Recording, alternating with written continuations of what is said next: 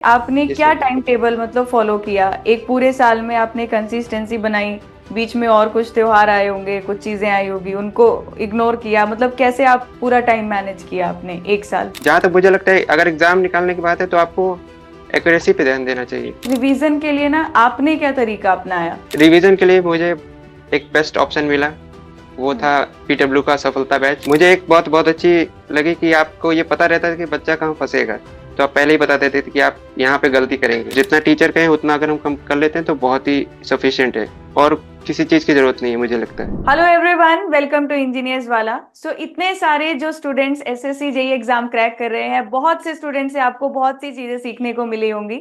तो आज हमारे साथ है भोलेनाथ जी, एक नए स्टूडेंट जिन्होंने एसएससी जेई एग्जाम क्रैक किया है और इन्हें मिला है इस बार सीपीडब्ल्यूडी डिपार्टमेंट। और सिर्फ इस बार ही नहीं, इससे पहले भी एसएससी जेई एग्जाम निकाल चुके हैं। और इनकी जो जर्नी है पूरी तैयारी की, वो बहुत ही ज्यादा इंटरेस्टिंग और बहुत ज्यादा इंस्पायरिंग है। तो आप सबको बहुत सी चीजें सीखने को मिलेंगी। तो सबसे पहले मैं आपका कॉन्ग्रेचुलेशन करती हूँ और वेलकम करती हूँ इंजीनियर्स वाला चैनल पर। और आपको और आपकी फैमिली को बहुत ज्यादा बधाई और बहुत मैनी मैनी कॉन्ग्रेचुलेशंस, क्योंकि जो सीपीडब्ल्यूडी डिपार्टमेंट होता है वो हर स्टूडेंट का सपना होता है कि हमें इसी डिपार्टमेंट में जाना है, और आपको फाइनली मिल गया है।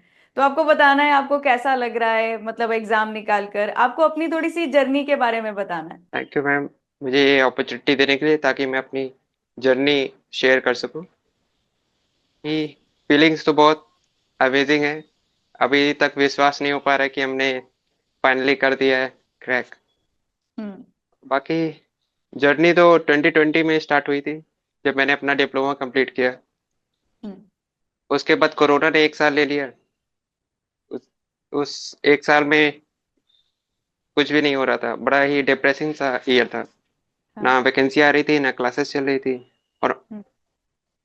फिर उसके बाद फाइनली वो समय आया कि एक वैकेंसी आई 2021 की, हम्म। जिसमें मैंने पहला अटेम्प्ट दिया, हम्म। लेकिन उतना अच्छा अटेम्प्ट नहीं था। फिर समहाउ ये पहला अटेम्प्ट भी क्लियर हो गया। हम्म। फिर मैंने मेंस की अच्छे से तैयारी की, और उसमें भी, लेकिन मेरा सिलेक्शन नहीं हो पाया। लेकिन आपका आप बड़ा मेंस ही, दिया, प्री आपने क्वालिफाई कर लिया फर्स्ट अटेम्प्ट में। यस मैम, प्री और मैंने क्वालिफाई कर लिया, लेकिन फाइनल रिजल्ट में मेरा नाम नहीं आया। बड़ा हम्म, ही दुखद तब समय था उस समय, डिसअपॉइंटमेंट है। कि मुझे समझ नहीं आता, मुझे हम्म। समझ ही नहीं आ रहा था मैं करूँ क्या। हम्म। लेकिन जब मैंने लेकिन जब मैंने अपना नंबर देखा तो मुझे लगा कि नहीं, मैं कुछ कर सकता हूँ, क्योंकि मेरा नंबर रिटन एग्जाम में 207 था, 207, हम्म। 300 में 207। तो बहुत मुझे अच्छा। एक वहां से एक कॉन्फिडेंस मिला, एक बूस्ट मिला, ताकि हम्म। मैं सेकेंड अटेम्प्ट पे जा सकूं। हम्म। लेकिन फिर मैंने सेकेंड अटेम्प्ट भी दिया, हम्म। और सेकेंड अटेम्प्ट में मुझे मिला बीआरओ। हम्म। तो तो इसकी बात की खुशी तो बहुत हुई कि फाइनली पीडीएफ में मेरा नाम आ गया। लेकिन मेरे हाँ। एक दोस्त ने मुझसे कहा कि ये बीआरओ तो बहुत अच्छा है, लेकिन इसकी मिठाई हम नहीं खाएंगे। तो वहां से मेरा थोड़ा सा माइंड चेंज हुआ, कि हम्म। सिर्फ बीआरओ तक नहीं रुकना है, एक और अटेम्प्ट देना है। और खुशी की बात यह थी कि इस बार एसएससी एग्जाम और पहले करा रहा था। जनरली तो हम्म। अगस्त में फॉर्म फिलिंग होती है, लेकिन इस बार कैलेंडर में आया था कि पहले ही हो जाएगा। हम्म। तो तो मैंने सोचा चलो एक बार और ट्राई करते हैं। तो मैंने बीआरओ को स्किप किया, और थर्ड अटेम्प्ट के लिए एकदम सीरियस अटेम्प्ट दिया। सही हम्म। बताएं तो पहला और दूसरा अटेम्प्ट उतना सीरियस नहीं था, हम्म। जितना सीरियस मैंने थर्ड अटेम्प्ट दिया है। बिना सीरियस के भी आप पहले और मेन दूसरे अटेम्प्ट, एग्जाम लिख रहे थे। इसमें वो तो बात अलग है। हम्म। नहीं, ये बहुत इंपॉर्टेंट पहले, बात है, क्योंकि कुछ लोग सीरियस होके सीबीटी वन भी नहीं क्वालिफाई कर पाते, यानी कि उनका जो सीरियसनेस है उसमें ही कुछ कमी है, अगर आप सीबीटी वन भी नहीं निकाल पा रहे हैं पहले अटेम्प्ट में तैयारी कर कर भी। मैम जहाँ तक यस मैम, जहाँ तक मुझे लगता है, अगर एग्जाम निकालने की बात है तो आपको एक्यूरेसी पे ध्यान देना चाहिए। हम्म। अगर सिर्फ कट ऑफ क्लियर करना है तो एक्यूरेसी काफी है, पूरा पढ़ने की भी जरूरत नहीं है। हम्म। आप सिर्फ पीवाईक्यू लगा लीजिए, उतना ही काफी है। लेकिन सिलेक्शन चाहिए तो आपको बहुत अच्छे से पढ़ना पड़ेगा। हम्म। सिर्फ क्योंकि हमें सिर्फ कट ऑफ नहीं क्लियर करना है, हमें पूरा फाइनल लिस्ट में आना है, और वही हम्म। अच्छी रैंक के साथ आना है। तो उसके बाद मैंने फिर से सीरियस अटेम्प्ट दिया इस बार, हम्म। सारे क्लासेस किए, हम्म। सारे टेस्ट सीरीज लगाए, और वो भी एक नहीं, दो तीन बार लगाए। हम्म। फिर फाइनली यहाँ पे हम पहुंच गए।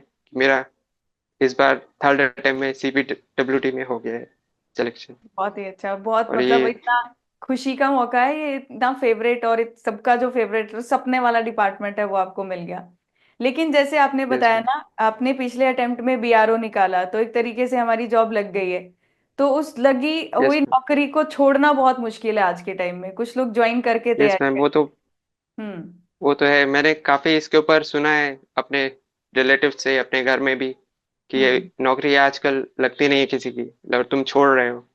हम्म। और क्या पता आगे तुम्हारी लगे कि ना लगे, तुमको भी नहीं पता है। हम्म। लेकिन मैंने फिर भी अ- अपने ऊपर भरोसा किया, बाकी टीचर्स पे भरोसा किया हम्म। कि टीचर्स हैं तो एक बार BRO निकाल ले तो फिर दूसरी बार निकालने में उतनी प्रॉब्लम नहीं होगी, ऐसा हम्म। सोच के। हालांकि ऐसा सोचना भी ठीक नहीं है, क्योंकि आगे क्या अलग काम दे ना दे कुछ भरोसा नहीं है। हम्म। लेकिन ऐसा सोच के मैंने फिर से अटेम्प्ट दिया, और इस बार मेरा सोच सही निकला। बाकी लक का भी बहुत साथ रहा मेरे साथ।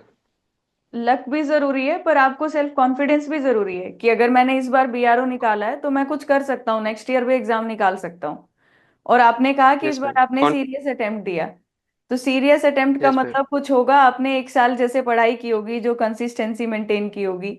तो वो कैसे आप मेंटेन यस मैम। किए, सीरियस कैसे था ये बाकी के कंपैरिजन में? सीरियस इस तरीके से था कि पहले और दूसरे अटेम्प्ट पे मेरा सिलेबस भी कंप्लीट नहीं था हम्म। एक तरीके से।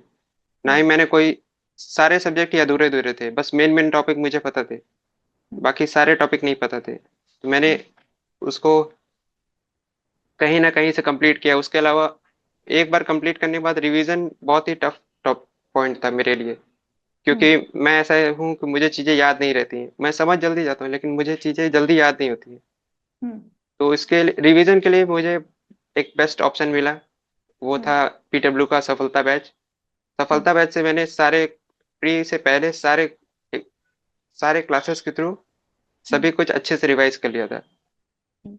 सफलता बैच में ऐसा था कि कम समय में सब कुछ रिवाइज हो रहा था, और वो भी हाँ। Main main topic. और हम्म। जो भी टॉपिक एक्स्ट्रा आते थे टेस्ट सीरीज में, वो मैं अलग से कंप्लीट कर लेता था। उसके अच्छा। बाद मेंस के लिए फिर मुझे समझ नहीं आ रहा था कि मैं कौन सा बैच लूं, क्योंकि कई सारे दूसरी बार देना था। और जो हम्म। ऐसा भी था कि अगर नहीं होता तो फिर लोग कहते कि बस तुक्के से हो गया पिछली बार। तो हम्म। तो फिर सोचने के बाद मैंने सीबी चैन बैच का सिलेक्शन किया, क्योंकि टीचर्स भी हमारे पुराने ही थे जिनकी लैंग्वेज से मैं कंफर्टेबल था। हम्म। उसके अलावा काफी कम प्राइस में था, सिर्फ 499 में था, तो मेरे लिए तो ठीक था, जैस मेरे हम्म। पास तो पैसे होते नहीं थे उस समय। हम्म। तो और चैन बैच में ऐसे था कि सिर्फ सारे टॉप जो जो जो नॉर्मल क्वेश्चंस होते थे उनका प्रैक्टिस नहीं कराते थे, वो तो हर कोई कर लेता है। लेकिन हम्म। जो कॉन्सेप्चुअल क्वेश्चन थे कि एक क्वेश्चन से चार क्वेश्चन कैसे सॉल्व कर सकते हैं, इस टाइप से कम हम्म। समय में हमने काफी और सभी सब्जेक्ट को इस तरीके हम्म। से कंप्लीट किया कि अगर किस टाइप के क्वेश्चन आ जाए तो उन्हें कैसे टैकल करना है, कि बहुत कम से से कम समय कॉन्सेप्ट्स में रिवाइज ज्यादा हो से गए। ज्यादा क्वेश्चन। Yes ma'am. एक ही क्वेश्चन से कई कॉन्सेप्ट रिवाइज होते थे। हम्म। तो ये मुझे बहुत ही बेनिफिशियल रहा। हम्म।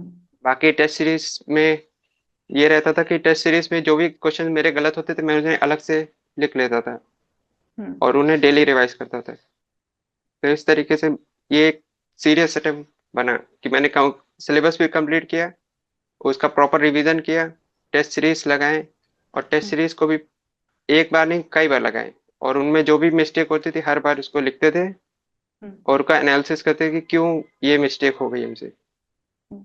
और उसका भी अलग से शॉर्ट नोट्स बनाते थे, हम्म। और उसको अच्छे से रिवाइज करते रहते थे। तो अच्छा, ये हर बार सीरियस। रिवाइज।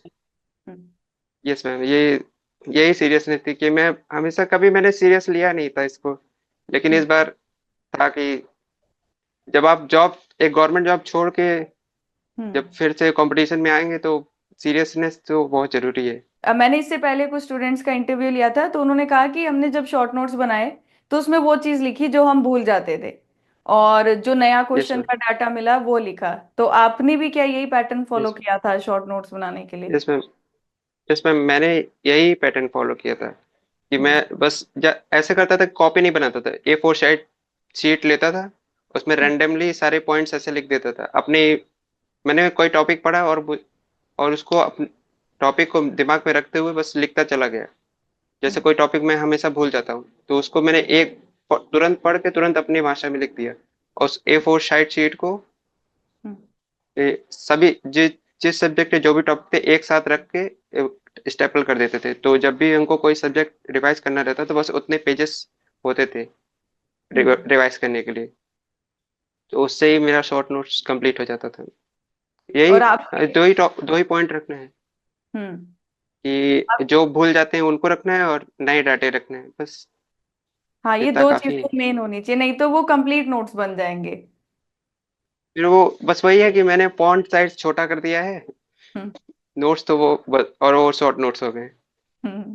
तो ये हमने भी किया है कई बार, लेकिन बाद में मुझे समझ में आया कि ऐसे नहीं होता है। आपके बैकग्राउंड में भी तो बहुत सारे स्टिकी नोट्स दिखाई दे रहे हैं, इसमें भी आपने कुछ जिसमें ये इंपॉर्टेंट सब डाटा लिखा हो। हम्म। वो सर है मैम है कि जो मुझे याद नहीं होते, कभी नहीं याद होते। सब नॉर्मल ही एकदम सिंपल फॉर्मूले ही है, लेकिन मुझे याद नहीं होते कई। हम्म। एक तो बहुत ही सिंपल फॉर्मूला है कि एक रिजिडिटी फैक्टर होता है हाँ। ट्रांसपोर्टेशन इंजीनियरिंग में। उसका हम्म। फॉर्मूला होता है contact pressure upon tyre pressure. Tyre pressure. ये हम्म। बहुत ही सिंपल फॉर्मूला है, हर किसी को याद हो जाता है, लेकिन मैं कंफ्यूज हो जाता हूँ उसमें। तो अच्छा। मैंने इसके लिए एक ऐसे मन से ही बना लिया अपने लिए कि अगर ये फॉर्मूला आएगा तो मुझे बस याद करना है। सीटी सीटी एक सब्जेक्ट होता है हम लोग का, कंक्रीट हम्म। टेक्नोलॉजी। तो मैंने हम्म। सीटी से याद किया है, सी फॉर कांटेक्ट प्रेशर और टी फॉर टायर प्रेशर।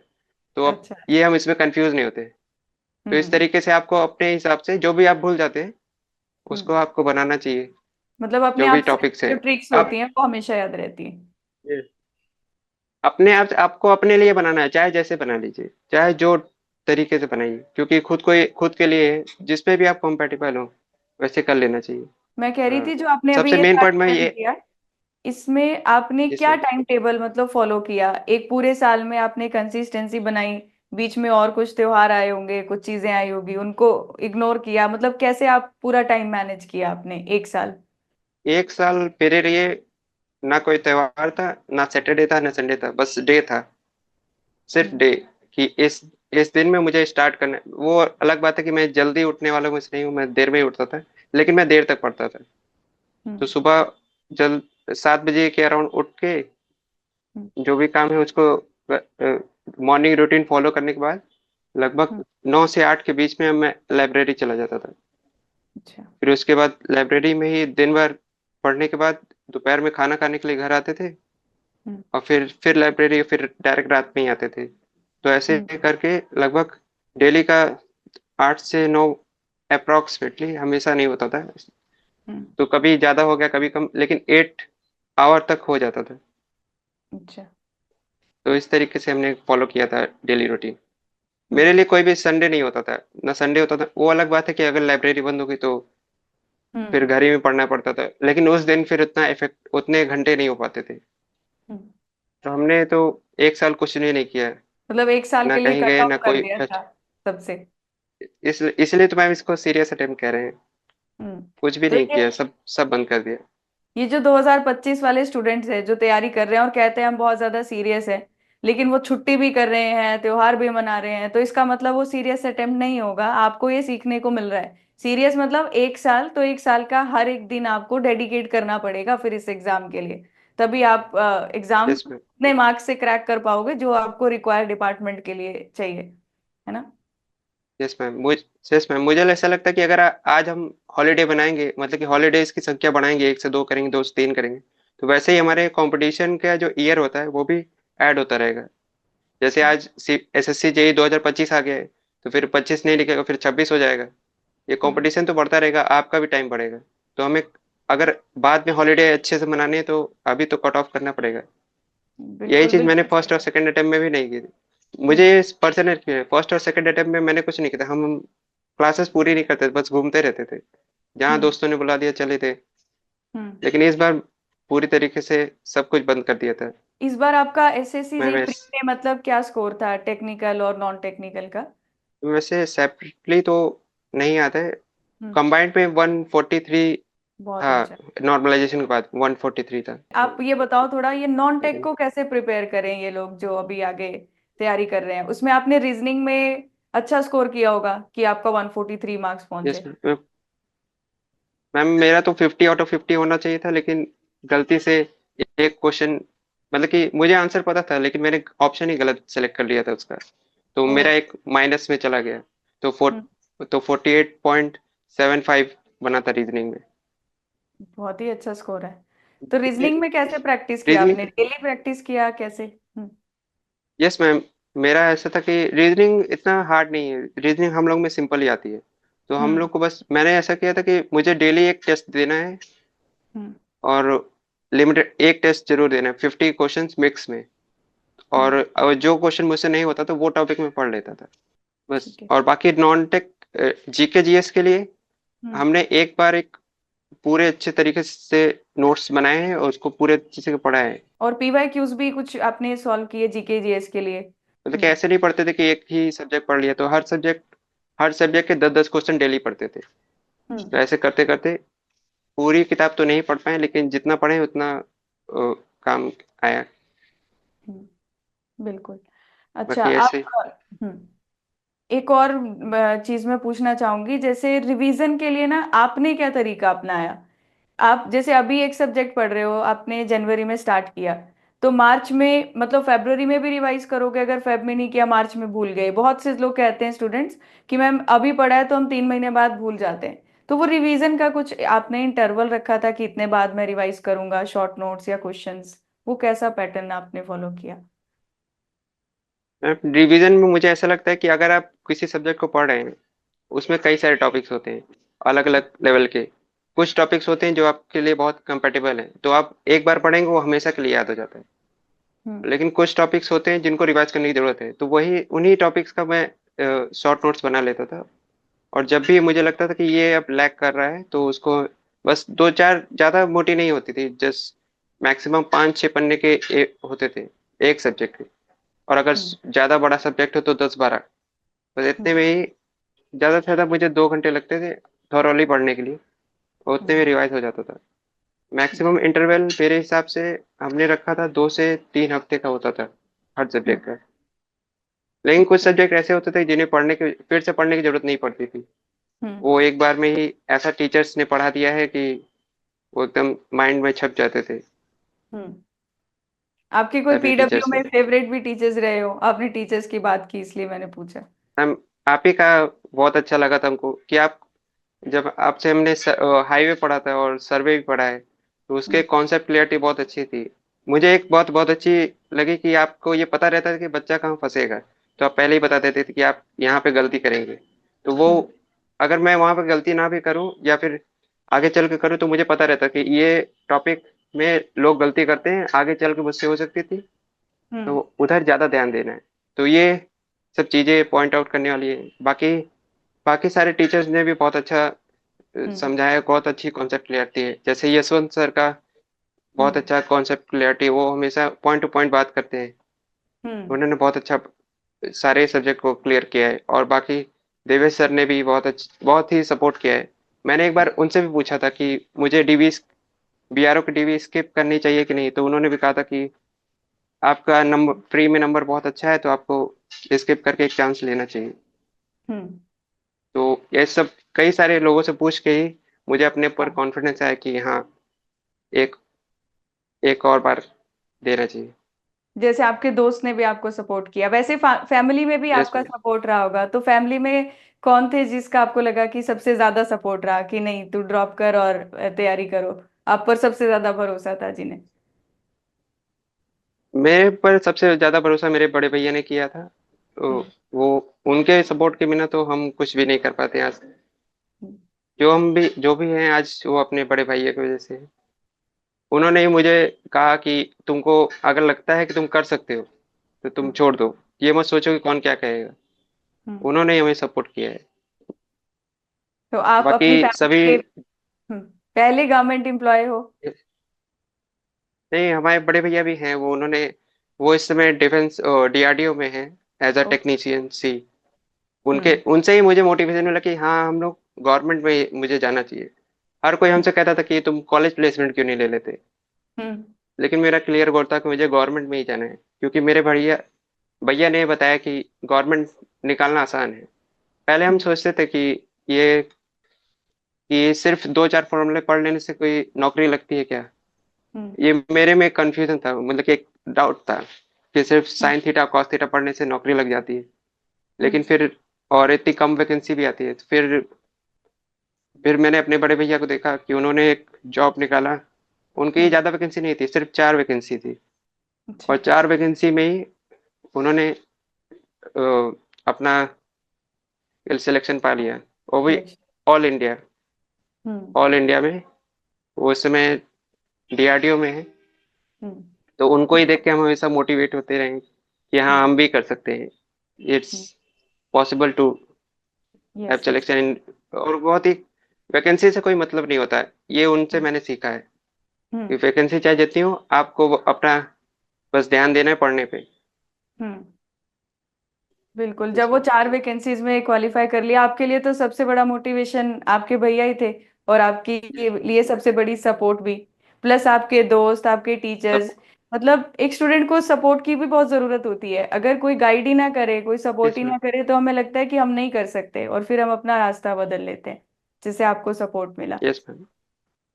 तो तो इस मामले में मैं बहुत लकी हूँ कि हम्म। मुझे इतना अच्छा एनवायरनमेंट मिला, इतने अच्छे लोग मिले सपोर्ट करने के लिए। मेरे सारे फ्रेंड्स ने मुझे बहुत सपोर्ट किया है हर तरीके से। मुझसे हम्म। ज्यादा तो उनको कॉन्फिडेंस था कि अगर मैं एक बार और दूंगा तो मेरा हो जाएगा। मुझे इतना कॉन्फिडेंस नहीं था, मेरे फ्रेंड्स को था, हम्म। सभी को। वो हमेशा और कहते थे मुझसे कि तुम टेंशन मत लो, तुम्हारा हो जाएगा। ये अच्छे दोस्त होना कितना जरूरी है लाइफ में, जो पुश करते हैं आपको आगे, कि आप आगे बढ़ सकते हो। यस तो मैम। अच्छी दोस्ती भी बहुत जरूरी है। Yes ma'am. Hmm. Yes ma'am, so वो तो बहुत ही ज्यादा जरूरी है, एनवायरनमेंट बहुत जरूरी है। हम्म। चलिए, बहुत अच्छा लगा आपसे कन्वर्सेशन करके।